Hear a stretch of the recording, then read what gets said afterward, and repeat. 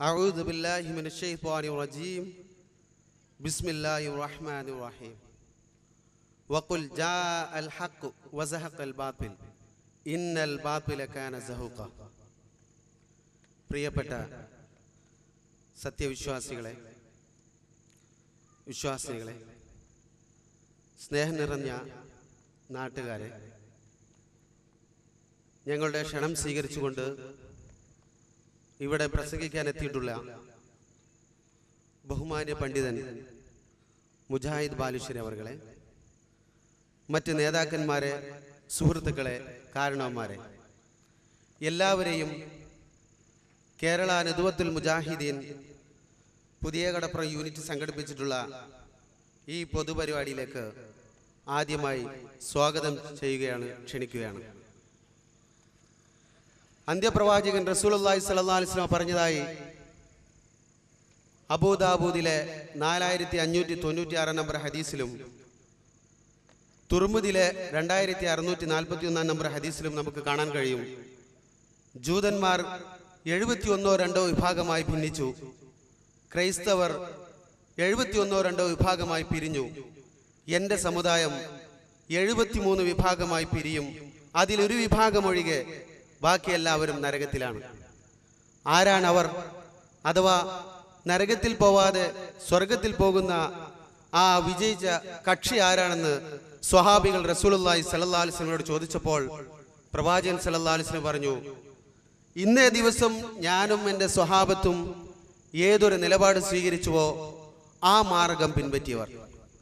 ഒരു മുസ്ലിമിനെ സംബന്ധിച്ചിടത്തോളം വിശ്വാസപരമായും കർമ്മപരമായും കാര്യങ്ങൾ തീരുമാനിക്കേണ്ടത് വിശുദ്ധ ഖുർആനിൽ നിന്നും തിരുസുന്നത്തിൽ നിന്നാണെന്ന് ഈ ഹദീസ് വളരെ വ്യക്തമായി നമ്മെ പഠിപ്പിക്കുകയാണ്. അതുപോലെ തന്നെ സത്യവിശ്വാസികൾക്കിടയിൽ വല്ല കാര്യത്തിലും അഭിപ്രായ വ്യത്യാസമുണ്ടായാൽ അവർ നിലപാടെടുക്കേണ്ടത് വിശുദ്ധ ഖുർആനിൽ നിന്നും പ്രവാചക ചര്യയിൽ നിന്നാണെന്ന് അള്ളാഹു വിശുദ്ധ ഖുർആനിലൂടെയും ഉണർത്തിയിട്ടുണ്ട്. ഒരു സത്യവിശ്വാസിയെ സംബന്ധിച്ചിടത്തോളം വിശ്വസിക്കുകയും സൽക്കർമ്മങ്ങൾ ചെയ്തതുകൊണ്ട് മാത്രം അവന്റെ ദൗത്യം പൂർത്തിയാവുന്നില്ല. മറിച്ച് താൻ മനസ്സിലാക്കിയ സത്യം തൻ്റെ കുടുംബത്തിലും സമൂഹത്തിലും എത്തിക്കേണ്ടത് ഒഴിച്ചുകൂടാനാവാത്ത ഒരു നിർബന്ധിത ബാധ്യതയാണെന്ന് നാം തിരിച്ചറിയേണ്ടതുണ്ട്.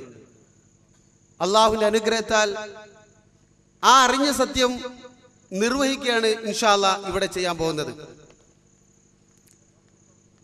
മുജാഹിദ് പ്രസ്ഥാനം കേരളത്തിൽ വിശുദ്ധ ഖുർആനിലേക്കും പ്രവാചക ചര്യയിലേക്കും ജനങ്ങളെ ക്ഷണിച്ചുകൊണ്ടാണ് ദഅവത്ത് നടത്തിക്കൊണ്ടിരിക്കുന്നത്. എന്നാൽ ഈ പ്രസ്ഥാനത്തെ അറിയാതെ, മനസ്സിലാക്കാതെ വളരെ വിരളമായ ചില ആളുകൾ തെറ്റിദ്ധരിച്ചിട്ടുണ്ട്. പക്ഷേ ബോധപൂർവം ഈ സംഘടനയെ തെറ്റിദ്ധരിപ്പിക്കാൻ വേണ്ടി ശ്രമിക്കുന്ന പുരോഹിതന്മാരിൽ ചിലരും ഉണ്ട് എന്നുള്ള യാഥാർത്ഥ്യം നാം ഒരിക്കലും വിസ്മരിക്കരുത്.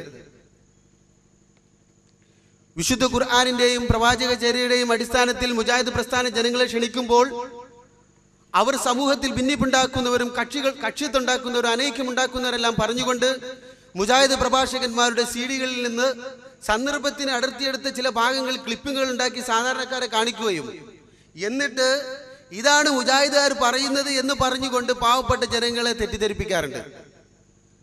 എന്തായാലും എനിക്ക് എൻ്റെ സഹോദരന്മാരായ നാട്ടുകാരോട് പറയാനുള്ളത്, നിങ്ങൾ മുജാഹിദ് പ്രഭാഷകന്മാരുടെ സീഡികൾ ആദ്യം മുതൽ അവസാനം വരെ, അല്ലെങ്കിൽ അവരുടെ പ്രസംഗങ്ങൾ ആദ്യം മുതൽ അവസാനം വരെ ആത്മാർത്ഥമായി മുൻധാരണകളില്ലാതെ കേൾക്കാൻ ശ്രമിച്ചു കഴിഞ്ഞാൽ ഇൻഷാ അല്ലാഹ് നിങ്ങൾക്ക് അതിന്റെ ഹക്ക് ബോധ്യമാവും.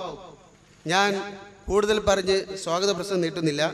വിശുദ്ധ ഖുർആനിലെ 10-ാം അധ്യായമായ സൂറത്ത് യൂനിസിലെ 108-ാമത്തെ വചനം പാരായണം ചെയ്തുകൊണ്ട് ഞാൻ എൻ്റെ വാക്കുകൾ വിരാമം കുറിക്കുകയാണ്. ബിസ്മില്ലാഹിർ റഹ്മാനിർ റഹീം. ഖുൽ യാ അയ്യുഹന്നാസു ഖദ് ജാഅകുമുൽ ഹഖ്ഖു മിർ റബ്ബികും ഫമൻ ഇഹ്തദാ ഫഇന്നമാ യഹ്തദി ലിനഫ്സിഹി വമൻ ളല്ല ഫഇന്നമാ യളില്ലു അലൈഹാ വമാ അന അലൈക്കും ബിവകീൽ. നബിയെ പറയുക, ഹേ ജനങ്ങളെ, നിങ്ങളുടെ രക്ഷിതാവിങ്കിൽ നിന്നുള്ള സത്യം നിങ്ങൾക്ക് വന്നെത്തിയിരിക്കുന്നു. അതിനാൽ ആർ നേർവഴി സ്വീകരിക്കുന്നുവോ അവൻ തന്റെ ഗുണത്തിന് തന്നെയാണ് നേർവഴി സ്വീകരിക്കുന്നത്. വല്ലവനും വഴിപിഴച്ചു പോയാൽ അതിന്റെ ദോഷവും അവർ തന്നെ. ഞാൻ നിങ്ങളുടെ മേലിൽ ഉത്തരവാദിത്വം ഏൽപ്പിക്കപ്പെട്ടവനല്ല. വആഖിറു ദഅവാനാ അൽഹംദുലില്ലാഹി റബ്ബിൽ ആലമീൻ. അസ്സലാമു അലൈക്കും വറഹ്മത്തുള്ളാഹി വബറകാതുഹു.